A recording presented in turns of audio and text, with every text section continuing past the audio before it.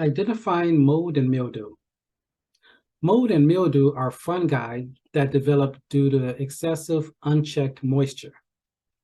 Both mold and mildew start as tiny spores that often require a similar environment to spread, making them easy to confuse. But mold and mildew shouldn't be treated the same. It's important to understand the differences in appearance and health effects to prevent more serious issues from taking place in your property. Though the term is often used interchangeably with mold, mildew refers to specific types of fungus, including some types of mold, but are considered fungi that require oxygen, water, and food to live and survive. They grow in multiple temperatures and environments, with some strains flourishing at higher temperatures. According to the EPA, mold can spread on any organic matter, including clothing, leather, and paper, as well as ceilings, walls, and floors. Mildew often appears on shower walls and window sills, but can also grow on plants, paper, or cloth. Mold and mildew differ in appearance and possible health risk.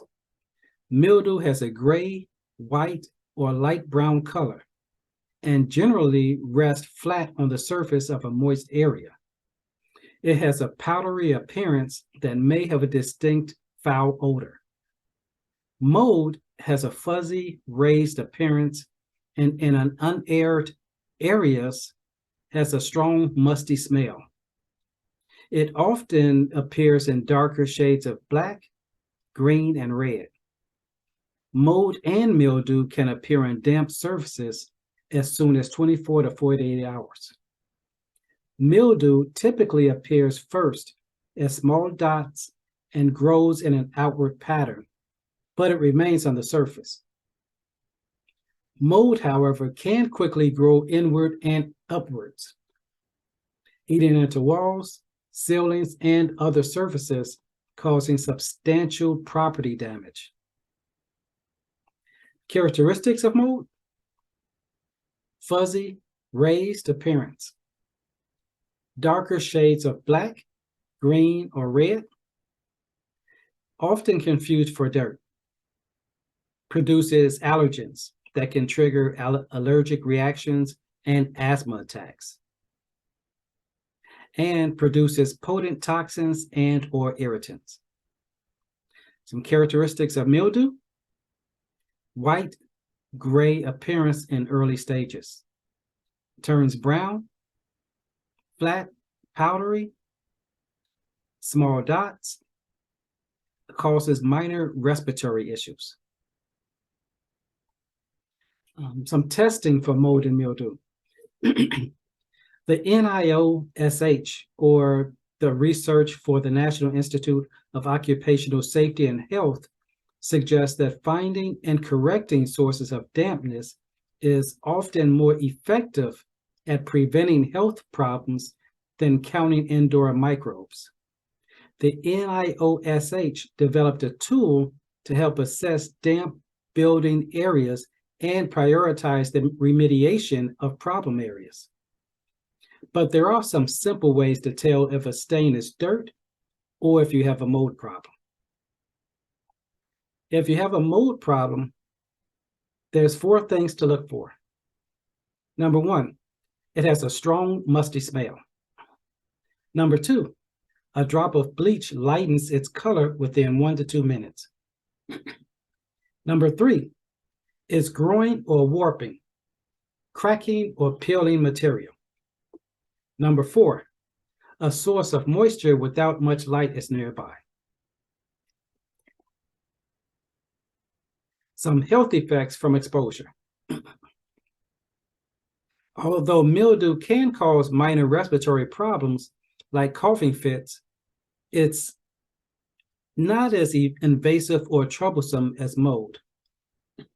Mold can produce allergens that can trigger allergic reactions, asthma attacks, or produce strong toxins and or irritants. Lung inflammation has also been linked to mold exposure. People with the greatest risk of health effects from mold exposures are the elderly, the very young, and expectant mothers, as well as individuals with mold allergies, asthma, and other chronic respiratory ailments. Preventing mold and mildew. Controlling moisture levels is the best way to prevent mold and mildew growth. Moisture meters can help detect moisture spots in ceilings, floors, and walls. Mildew is a surface fungus that can be cleaned with a disinfectant cleaner, bleach, and a scrub brush.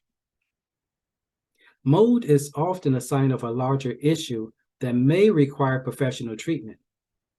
Unlike mildew that grows on the surface, mold penetrates the objects it lives on and eats away at their cellular integrity. It's best to invest in prevention up front to help control mold and mildew instead of scrambling to remediate it.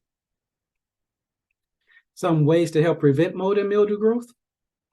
Number one, keeping humidity levels low, between 30 to 50%.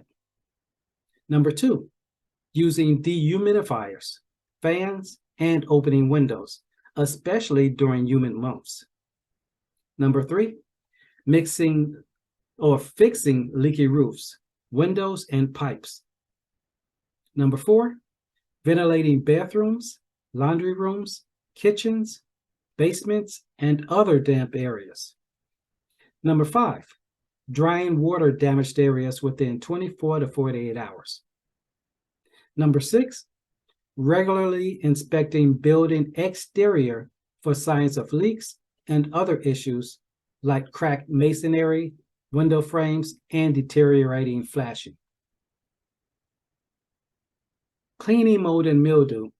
Before cleaning mold and mildew, always wear respiratory protection, chemically resistant gloves, and eye protection. Removing mildew. Number one, wear protective personal equipment and clean the area with bleach, mild detergent, or household cleaner.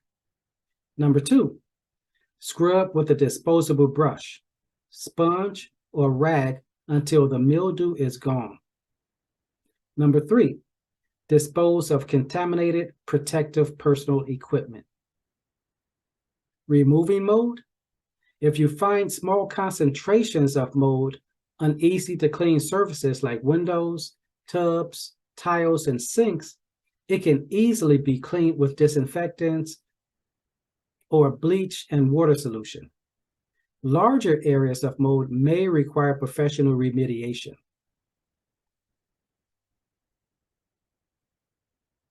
But there are some ways to remove it. Number one, protect yourself.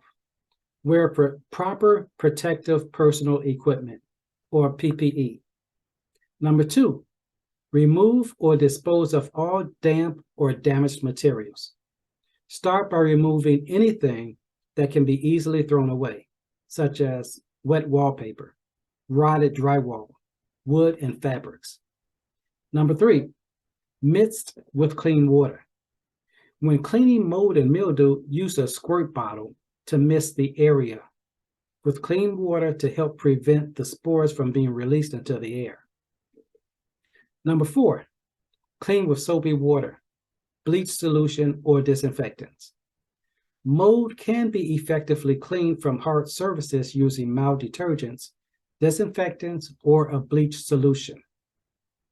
Number five, scrub mold away. Use a scrub brush or sponge to clean the mold. Frequently change the water and use fresh sponges. Old water can redeposit mold and mildew spores back in the same area. And number six, thoroughly dry the area. Whether you're cleaning mold or mildew, it's crucial to thoroughly dry the area for at least 48 hours. Use fans, dehumidifiers, and carpet extractors to help remove moisture. The site must be completely dry before using it again.